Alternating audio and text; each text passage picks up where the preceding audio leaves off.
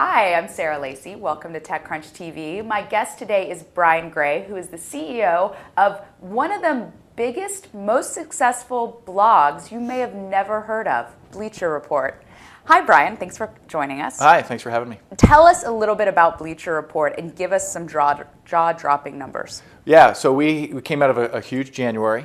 We did just under 20 million uniques, which is our internal number, and just under 10 million uniques, which is our ComScore number.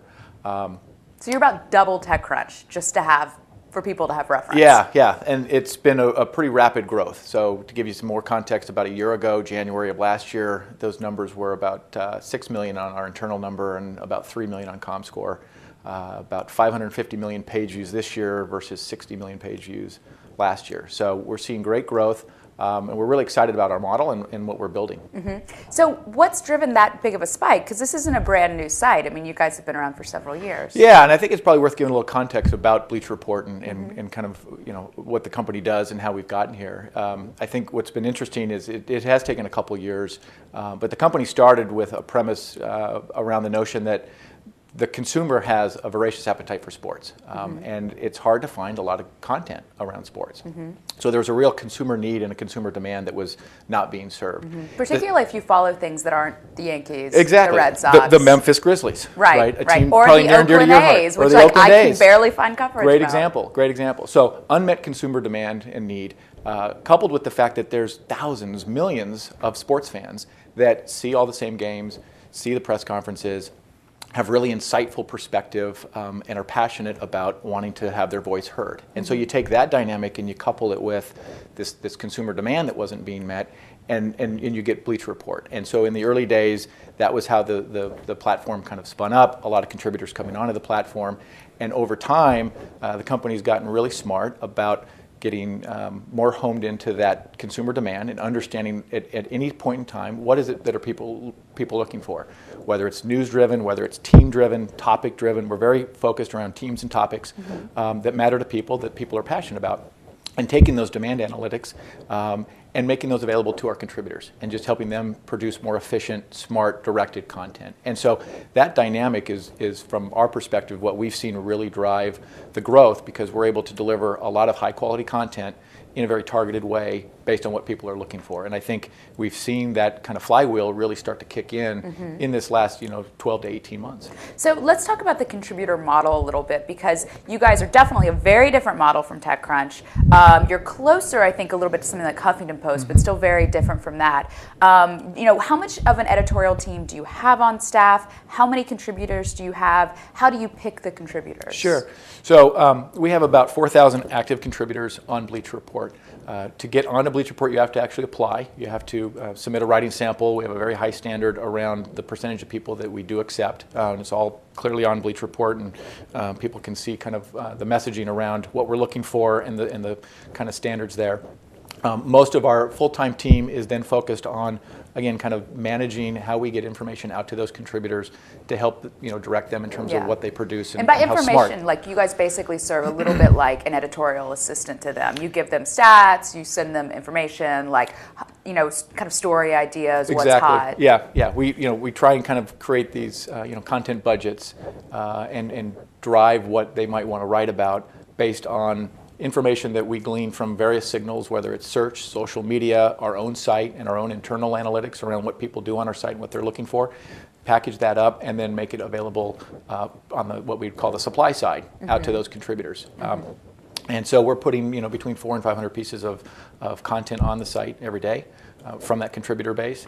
And the model is these people do it because they're hugely passionate, because they want to aspire to be somebody on ESPN or on their local newspaper site. And we get people that come from all walks of life that are coming out of journalism school, people that are, what I call lawyer by day, Giants fan by night, right? And they're just really passionate about the Giants, and they know a lot about the Giants. And but they don't want to have their own blog. And there's a lot of overhead with running your own blog. Right, and there's a lot of demand. I mean, you have to write several times a day. You have to build a following. And that's what I mean by the overhead is you have to, you have to be committed to do it 365, to have your voice out there all the time. The great thing about Bleacher Report is it's a very flexible model. If you really want to write about the Giants, but you want to focus on in season, Yeah. that's great. And you want to write 2 times a week, 3 times a week, that's great, because we can put that in front of a really big audience, and you're going to, your content, if it's quality content, is going to perform. So what's so interesting to me about Bleacher Report, and I actually wrote about you guys like way back when I was still at Business Week, early days of the company. You were an early fan. Because there are just so few companies really trying to build a new media portal or new media site around sports. I mean, sports is one of the only categories that no one has really done anything big around since the early portals, and it was just kind of part of what they did. Right. Why do you think that is? Is it because engineers typically build these companies and they're not big sports fans? It's one of the older verticals. If you think about the history of the consumer web and the consumer internet, ESPN, Yahoo Sports, some of the other brands, NBC, CBS, have been around for a long time, certainly offline. And then when the internet came around, they were some of the first to kind of go online.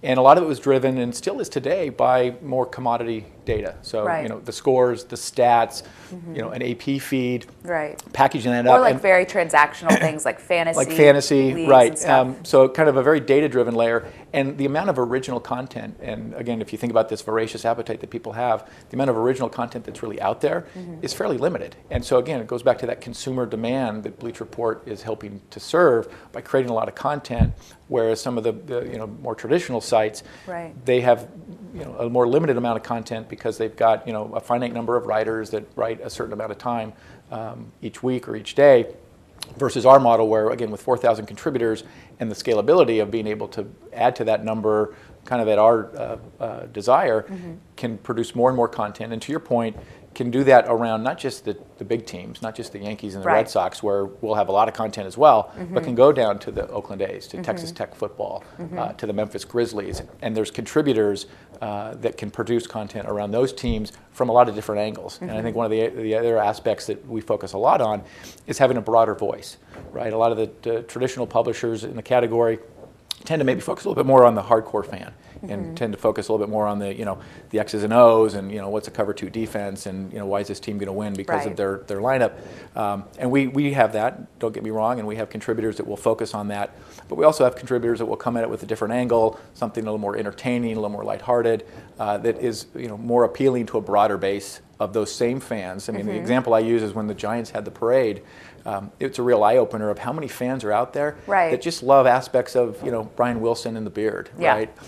And Aubrey Huff and the thong, and the fact that that's an aspect of sports. Entertainment is a part of sports. Well, and bandwagons. And bandwagons. East Coast fans are snobby that we're big bandwagon fans, but they're fans, and they want to read content, and we have a wide array of voice and tonality around what we can provide. And I think that's another distinguishing factor of what we're doing that's a little different maybe than some of the traditional publishers. So you guys just raised a big round of funding in January, right? December. December. Yeah. So what are you going to do with that money? I mean, what really pushes you guys to the next level? We've seen, TechCrunch has been acquired, Huffington Post has been acquired. No one has really proven that they can build a $1 billion new media company. Is that going to be you guys? We're going to give it a shot. We think that the investments still need to be in content, and content is a really valuable asset in this kind of next generation of digital media. And in this category, it's a big category. And if you think about the taxonomy of sports and all the teams that are out there and how many really just aren't being served, and the number of sports fans that maps to, that's a big opportunity. And then you think about other things that we can add on top of that, video, right? And starting to create, an experience like this, where we take that contributor base and we take all of that content that's being created, and we start to think about, well, how do you extend that to a video experience, and just give fans and give the consumer all the content that they could imagine. And again, we're not necessarily producing all of the content. We have this phenomenal newsletter program, over 1 million active subscribers, where we bring in not just our content, but we'll point people off to other great content, right? We really want to be a place where people think about, hey, Bleacher Report is where I need to go, because they're going to have everything I need to know about UCLA football, right? Some of it's going to be taking me to Bleacher Report. Some of it might take me to ESPN.com. It might take me to a blog, a really great blog about UCLA football. And I think that's a mindset that we want to own in the consumer space. So where do you guys rank now in terms of the biggest? So in terms of sports media destinations, where we think of folks like NBCSports.com and CBSSports.com and SportsIllustrated.com and AOL, FanHouse. our January numbers actually put us fourth. So put us behind ESPN, Yahoo, and Fox Sports, and ahead of some of those other folks in terms of reach. Do you think you'll be able to move up to third this year, or is that a huge jump up? Those guys, those top three are pretty far up there, and so yeah, that's the aspiration, is to get up there and to play with those top three. But that's the next hill for us to climb. Right. Absolutely. Right. But that's what we're shooting for. So I know, like my husband, you are a Raiders fan. Yes. Donald Rumsfeld calling the Raiders evil today. Does that make you love the team more or rethink your allegiance? No, it probably makes me love the team more. Yeah, that's, I don't want to get into politics. You have a property that you just acquired, or AOL just acquired, that can cover politics.